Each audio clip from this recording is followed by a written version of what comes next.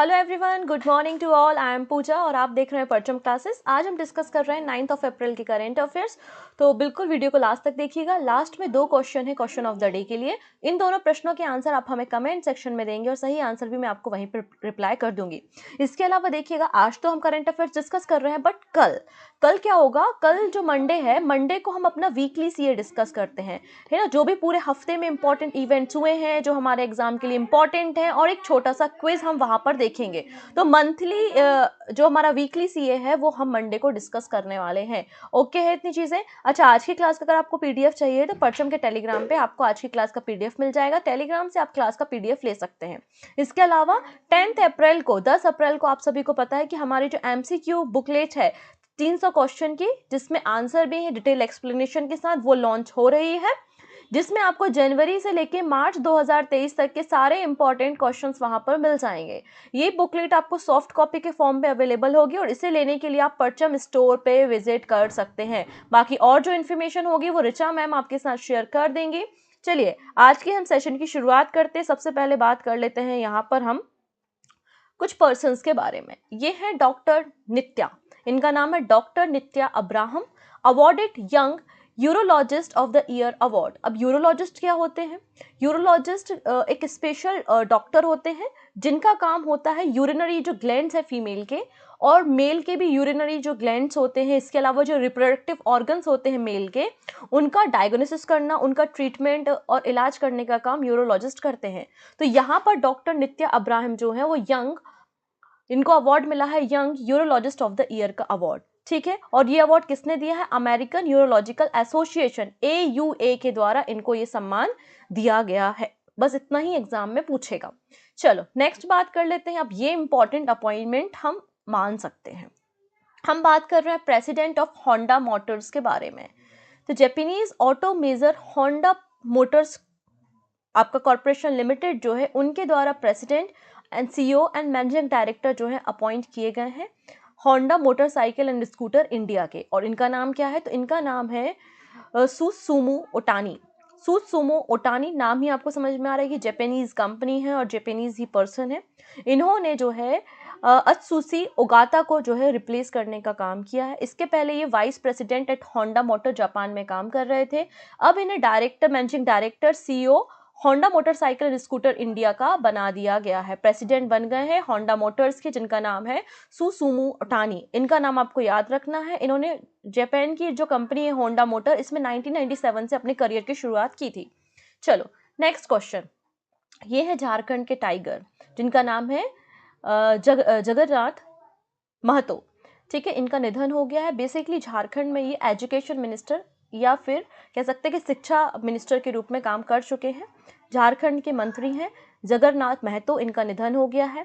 ठीक है, ये 4 बार MLA मतलब विधायक रहे हैं। कहाँ से? Dumri in the Giridih district Jharkhand. तो गिरहिट डिस्ट्रिक्ट झारखंड में जो है ये यहाँ से 4 बार MLA मतलब विधायक भी रहे हैं। इन्हें टाइगर महतो के नाम से भी जाना जाता है, या फिर टाइगर जगन्नाथ दा के नाम से भी इन्हें जाना जाता था। ठीक है, तो इनका निधन हो गया। अब आपसे बस इतना पूछा जाएगा कि रिसेंटली जगन्नाथ महतो का निधन हो गया, ये किस स्ट्रीम से थे? तो आंसर हो जाएगा ये पॉलिटिशियन थे। कहाँ से थे? तो झारखंड से थे। ठीक है, इतनी बातें पूछेगी और ज़्यादा इनको डीप में जाना होगा तो इनकी कॉन्स्टिट्यूंसी या निर्वाचन क्षेत्र को पूछा जा सकता है। अगले पर्सन, ये जो पर्सन है इनको तो आप लोग बिल्कुल पहचान गए होंगे, जान गए होंगे, क्योंकि पिछले 2 सालों से ये न्यूज़ में है। कौन है ये? ये है यूक्रेन के प्रेसिडेंट व्लादिमीर जेलेंस्की, और इन्हें पोलैंड का टॉप जो सिविलियन अवार्ड है वो इन्हें दिया गया है, जिसे हम क्या कहते हैं? White eagle. तो पहला क्वेश्चन यहाँ से बनता है कि व्हाइट ईगल क्या है? तो व्हाइट ईगल जो है, व्हाइट ईगल क्या है? पोलैंड का हाईएस्ट ऑनर है। पोलैंड का हाईएस्ट जो सम्मान या ऑनर है वो क्या है? व्हाइट ईगल है। और ये अवार्ड रिसेंटली किसे दिया गया है? यूक्रेन के राष्ट्रपति व्लादिमीर जेलेंस्की को इन्हें ये अवार्ड दिया गया है। Basically order of white eagle is the prestigious and highly regarded decoration of the Republic of Poland awarded for outstanding civil and military contribution to the country। अगर हम यूक्रेन की बात करें तो यूक्रेन की कैपिटल आपको कीव मिल जाएगी। ठीक है, ये बात भी आपको पता होनी चाहिए। चलो अगली बात करते हैं जन जीवन मिशन के बारे में। पहला क्वेश्चन है कि जन जीवन मिशन की शुरुआत कब हुई थी, उसके ऊपर चर्चा करते, बाद में हम बाकी न्यूज़ को डिस्कस कर लेंगे। तो जल जीवन मिशन की शुरुआत जो है 2019 में की गई थी, 15 अगस्त को। 15 अगस्त 2019 में जल जीवन मिशन की शुरुआत हुई थी और उसकी शुरुआत प्राइम मिनिस्टर नरेंद्र मोदी के द्वारा की गई थी। ये लार्जेस्ट इंफ्रास्ट्रक्चर बिल्डिंग प्रोग्राम है। इसके अंतर्गत हमें टैप वाटर कनेक्शन, जो वाटर मतलब पाइपलाइन के जरिए जो टैप वाटर कनेक्शन की फैसिलिटी हर एक घर तक पहुंचानी है। बेसिकली ये बहुत ही बड़ा इंफ्रास्ट्रक्चर प्रोग्राम है, क्योंकि यहाँ पर हमें सोर्स से लेके हाउस होल्ड तक एक प्रॉपर इंफ्रास्ट्रक्चर तैयार करना, जिससे हर एक घर तक टैप वाटर की फैसिलिटी उपलब्ध हो सके। इसलिए 15 अगस्त 2019 को जल जीवन मिशन की शुरुआत की गई थी। अब न्यूज़ क्या कहती है? जल जीवन मिशन अचीव 60% कवरेज माइलस्टोन। तो यहाँ पे रिसेंटली हमें बताया गया है कि जल जीवन मिशन के द्वारा 60% जो हमारा टारगेट है उसको कंप्लीट कर लिया गया है। ठीक है, द जल जीवन mission has reach 60% of its country wide target, adding 23.4 million household in the fiscal year ended 2022-23। तो हमारा जो फाइनेंशियल ईयर खत्म हुआ है इसमें हमने अपने 60% टारगेट को कंप्लीट कर लिया और इसके अंतर्गत हमने लगभग 23.4 मिलियन घरों तक टैप वाटर की फैसिलिटी प्रोवाइड करने का काम किया है। क्लियर है इतनी चीज़ें? इसके अलावा यहाँ पे कुछ और डेटा हमें बताया गया है कि गुजरात, तेलंगाना, गोवा, हरियाणा, पंजाब और अंडमान निकोबार आइलैंड, दमन दीव, दादर नगर हवेली और पुडुचेरी, ये 100% कवरेज वाले स्टेट और यूनियन टेरिटरी है जहां के हर एक व्यक्ति के घर में टैप वाटर की फैसिलिटी अवेलेबल है। चलिए अगली यहाँ पे बात करते हैं एक छोटी सी रिपोर्ट के बारे में जिसका नाम है world energy transition outlook 2023 report. ठीक है, यहाँ पे अगर बात करें तो वर्ल्ड एनर्जी ट्रांजिशन आउटलुक 2023 जो रिपोर्ट है रिसेंटली रिलीज की गई है। कौन रिलीज करता है इसको? अरेना। अरेना इस रिपोर्ट को रिलीज करता है। तो अरेना क्या है? तो अरेना मतलब है इंटरनेशनल रिन्यूएबल एनर्जी एजेंसी, इस रिपोर्ट को रिलीज करती है। इस रिपोर्ट में हमें बताया गया था कि लगातार आपको पता है कि कार्बन एमिशन, हमारे सभी देशों का कार्बन एमिशन इंक्रीज हो रहा है और हम चाहते हैं कि जो मिड सेंचुरी तक जो है वो हमारा कार्बन एमिशन क्या हो जाए? जीरो हो जाए।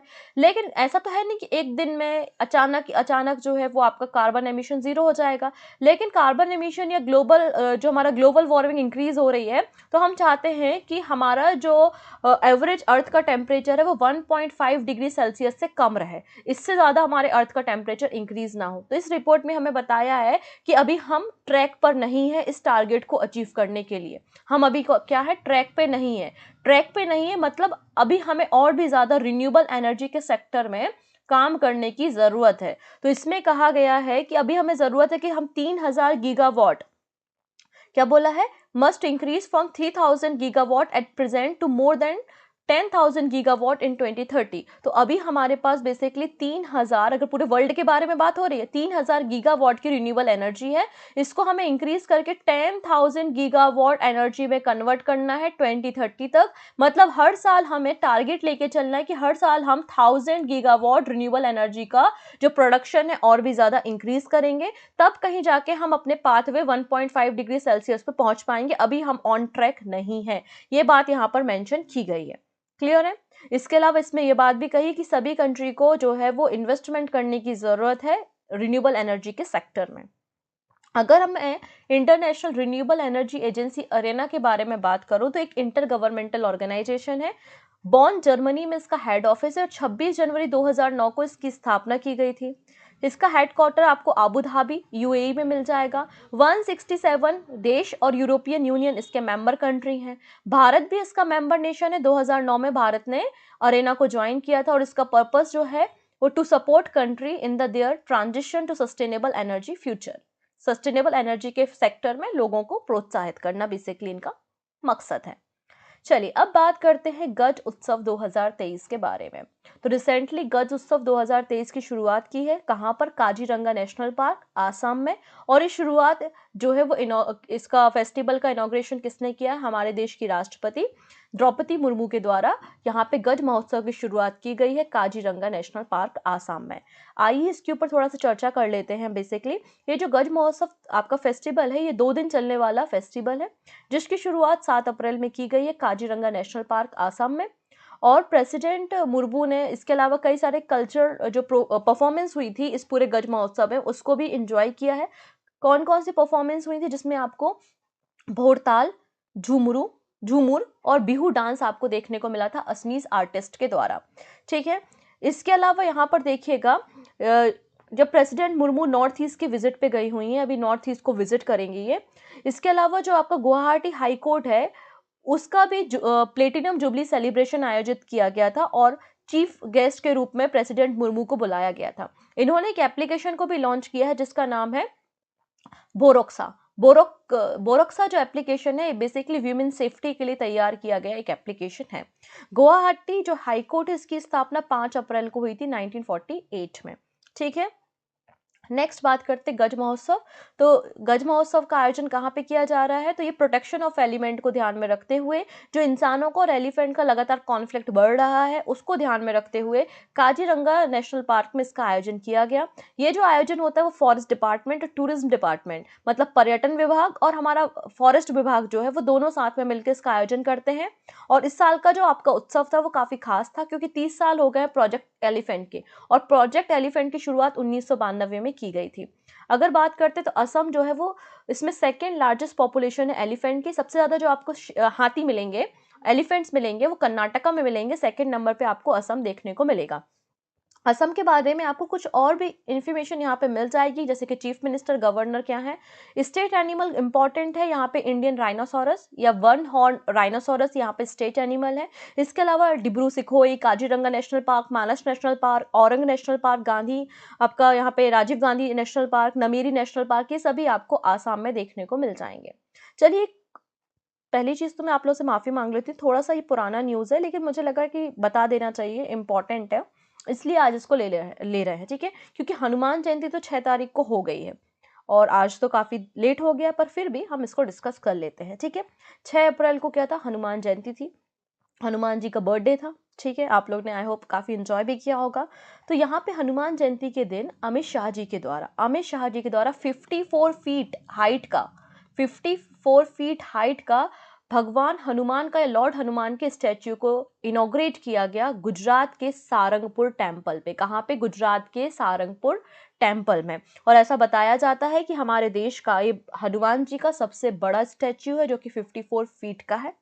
ठीक है, इसके अलावा यहाँ पर सारंगपुर जो टेम्पल है वहां पर एक कम्युनिटी किचन की शुरुआत भी अमित शाह जी के द्वारा की गई। ठीक है, तो बस आप यहाँ पर 2 बातें याद रखेंगे कि हनुमान जयंती के अवसर पर कहाँ पर हनुमान जी की मूर्ति का उद्घाटन किया गया, तो आंसर हो जाएगा गुजरात का सारंगपुर टेम्पल। और ये हनुमान जी की जो मूर्ति है वो कितने फीट की है या इसकी हाइट कितनी है, तो 54 फीट की ये हाइट का स्टैच्यू है। चलिए, अब फीफा ने अपनी रैंकिंग यहाँ पे रिलीज की है, उस रैंकिंग के ऊपर हमें चर्चा करनी है। Argentina becomes number 1 football team in the world in the FIFA ranking 2023। तो फीफा रैंकिंग 2023 में अर्जेंटीना दुनिया की नंबर 1 फुटबॉल टीम बन गई है।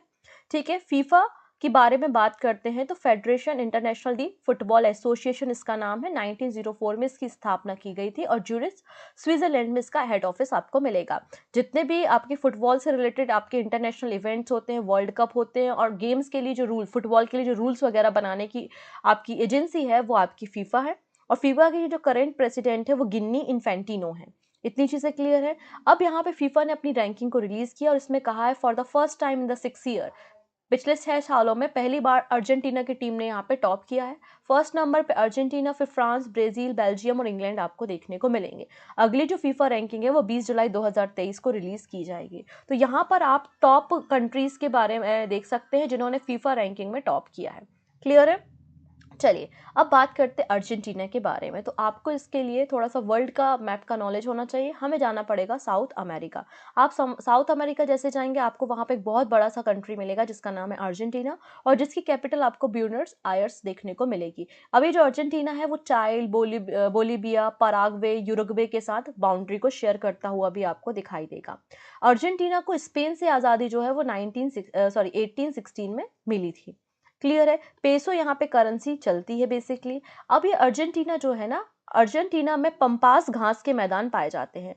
तो ये क्वेश्चन कई बार एग्जाम में पूछा जाता है ग्रासलैंड से रिलेटेड। तो आप लोग ने पंपास, कंपास, सेल्पास, स्टेपीज, ये सभी आप लोग ने घास के मैदानों के बारे में, ग्रासलैंड्स के बारे में सुना होगा।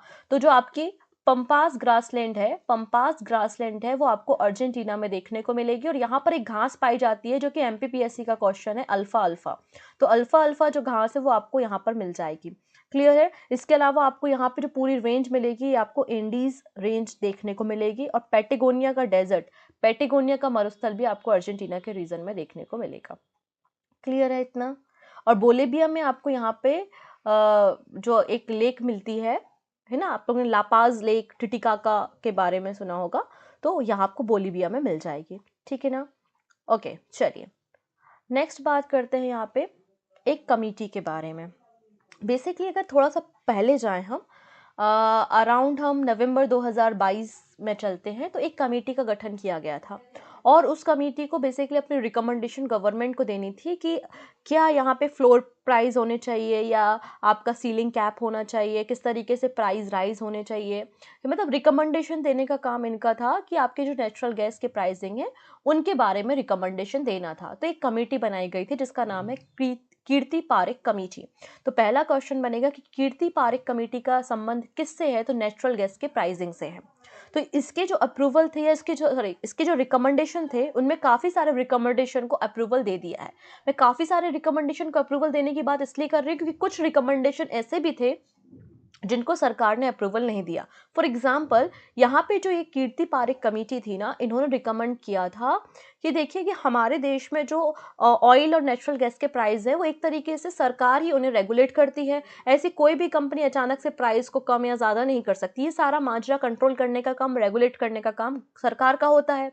अब ये जो आपका ऑयल और नेचुरल गैस की इंडस्ट्रीज़ है ना, उनमें प्राइवेट सेक्टर का इन्वॉल्वमेंट ज़्यादा होना चाहिए और एक फ्री मार्केट बनना चाहिए जिससे आप नेचुरल गैसेस के प्राइसेस को डिसाइड कर सके। और जितने भी कैप्स लगे हुए हैं, सारे कैप्स जो है वो 1 जनवरी 2027 तक रिमूव कर दिया जाए, ऐसा यहाँ पर कीर्ति पारेख कमेटी ने रिकमेंडेशन दिया था। लेकिन इस रिकमेंडेशन में कोई भी गवर्नमेंट ने रिस्पॉन्स नहीं दिया है। क्लियर है?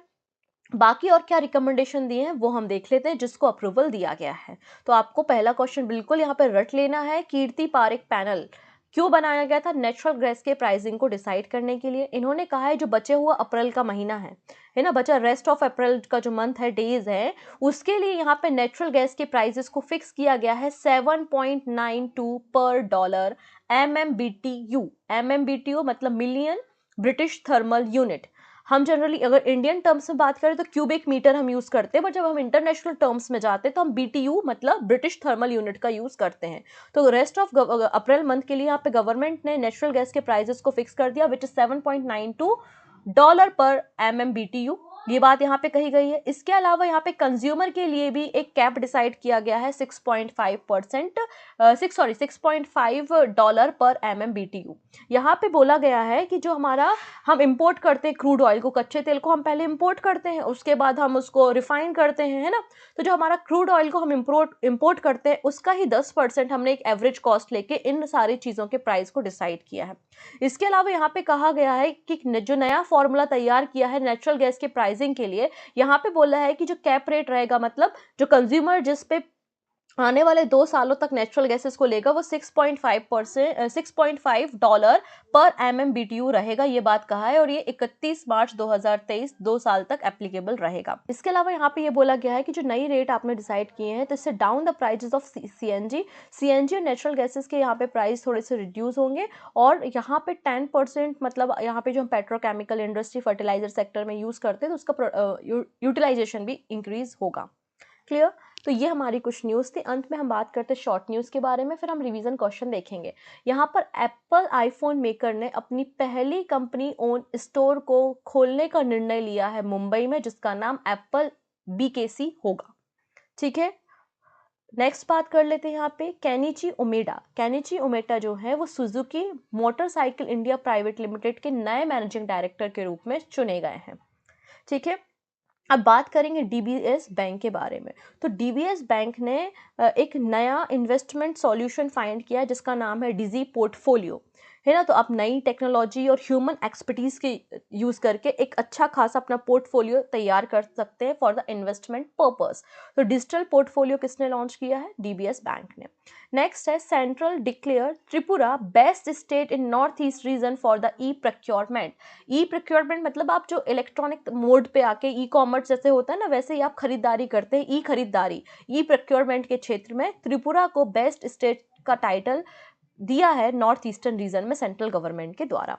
क्लियर है? चलो अब हम बात कर लेते हैं यहाँ पर कुछ क्वेश्चंस के बारे में। पहला क्वेश्चन है इंडिया और किस कंट्री के बीच में पहली इंटीग्रेटेड चेक पोस्ट बनाने का निर्णय लिया गया है नियर जयगांव? तो किसने किया है? इंडिया और भूटान ने। इंडिया और Bhutan, option C is the right answer. Kim Cotton जो है वो पहली फीमेल एम्पायर बन गई है, जो किसमें? मेंस T20 इंटरनेशनल में। पूछा जा रहा है ये किस कंट्री से बिलोंग करती है, तो आंसर हो जाएगा यहाँ पर न्यूजीलैंड। नेक्स्ट है सीएम दी योगशाला प्रोग्राम किस राज्य सरकार ने शुरू किया है? तो ये प्रोग्राम पंजाब राज्य सरकार के द्वारा शुरू किया गया है। नेक्स्ट है who has been appointed as the new CEO of the Suzlon board? Suzlon board के नए CEO कौन बन गए हैं? तो JP चलसानी बन गए हैं। ऑप्शन सी बिल्कुल करेक्ट हो जाएगा। ये क्वेश्चन तो सभी लोग बहुत खुश थे इस क्वेश्चन को देख के। टाइम मैगजीन 2023 टाइम्स 100 पोल में सबसे ज़्यादा जो आपके प्रभावशाली व्यक्ति हैं, इन्फ्लुएंशियल पीपल हैं, वो कौन है, पर्सन कौन है? तो शाहरुख खान है। SRK, option A is the right answer. Next question बात करते हैं, which city in India has been rank among the world 19 best city for public transport as per the report by the Time Out? तो यहाँ पे जो है Mumbai world की यहाँ पे 19th नंबर की बेस्ट सिटी है फॉर द पब्लिक ट्रांसपोर्ट। तो यहाँ पे एकमात्र सिटी है 19th नंबर पे ही है जिसका नाम है मुंबई। नेक्स्ट है यहाँ पे नासा जो नॉर्थ अमेरिका के रीजन है वहाँ पे एयर क्वालिटी को मॉनिटर करने के लिए एक अपना मिशन लॉन्च कर रहा है, एक इंस्ट्रूमेंट को लॉन्च किया है। उसका नाम क्या है? तो नाम क्या है? टेम्पो। कल मैंने इसके बारे में चर्चा की थी आपसे। Tempo, option D. नेक्स्ट है मिनिस्ट्री ऑफ आयुष के द्वारा, ये बहुत इंपॉर्टेंट लाइन है ना, मिनिस्ट्री ऑफ आयुष के द्वारा, क्योंकि मिनिस्ट्री ऑफ आयुष जो है योगा महोत्सव का आयोजन कर रहा है। कहाँ पर? आंसर हो जाएगा असम के डिब्रूगढ़ में। नेक्स्ट है Nagri Dubraj is the rice of which state? अब इसको भी यहाँ पे GI टैग दिया है, किस राज्य का है? तो आंसर हो जाएगा, इसे बासमती बोलते हैं, छत्तीसगढ़ का। ऑप्शन डी बिल्कुल करेक्ट हो जाएगा। नेक्स्ट है IMF के accordingly growth rate, GDP growth rate global economy की क्या प्रोजेक्टेड की गई है फॉर द फाइनेंशियल ईयर 23? तो आंसर हो जाएगा 3%। ठीक है ना, ऑप्शन है ऑप्शन ए। अगला क्वेश्चन देखते हैं। कल मैंने आप लोगों को इंडियन स्पेस पॉलिसी 2023 के बारे में बताया था कि कैबिनेट ने जो आपकी नई स्पेस पॉलिसी है उसको अप्रूवल दे दिया है। उसी के रिगार्डिंग आपको यहाँ पे 3 स्टेटमेंट दिख रहे हैं। अगर वो पॉलिसी याद है तो इस प्रश्न का आंसर बहुत आसान है। पहला है, इस पॉलिसी में कहा है कि यहाँ पे प्राइवेट सेक्टर में हमें फोकस करने की जरूरत है और प्राइवेट सेक्टर का इन्वॉल्वमेंट इंक्रीज करने का जरूरत, पार्टिसिपेशन इंक्रीज करने का जरूरत है स्पेस सेक्टर में। ये बात यहाँ पे कही गई है। नेक्स्ट है ISRO shall focus on research and development of advance space technology and not do any operational and production work. तो इसरो जो है वो अब उनका काम प्रोडक्शन और ऑपरेशनल वर्क नहीं होगा। इसरो का काम नहीं है कि अब नया रॉकेट आप लॉन्च करो, नया सैटेलाइट लॉन्च करो। इसरो का काम अब होगा कि आप रिसर्च और एडवांसमेंट ऑफ टेक्नोलॉजी पे, स्पेस सेक्टर पे ध्यान दें। NSIL to carry out strategic activity related to the space sector. ठीक है, तो ये बातें यहाँ पे मेंशन है। कौन से स्टेटमेंट सही हैं? Only 1 and 2, only 2 and 3, all are correct, only 1 and 3। इसका आंसर आप हमें कमेंट सेक्शन में देंगे अगर आपने कल का लेक्चर देखा है। नेक्स्ट है यहाँ पर Indian state of forest report 2021 के बारे में बात कर रहे हैं, जिसे रिसेंटली पब्लिश किया है।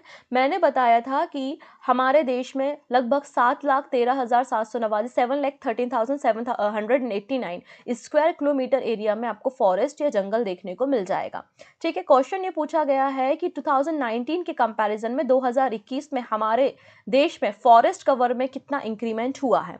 हमारा फॉरेस्ट कवर कितना बड़ा है? 1540 square kilometre, 1240 square kilometre, 1314 square kilometre and 1140 square kilometre. ये क्वेश्चन भी मैंने कल आपको डिटेल में बताया था। जो भी आंसर होगा कमेंट में दीजिएगा। बहुत ही शानदार आपको यहाँ पे क्वेश्चन ऑफ द डे दिए हैं।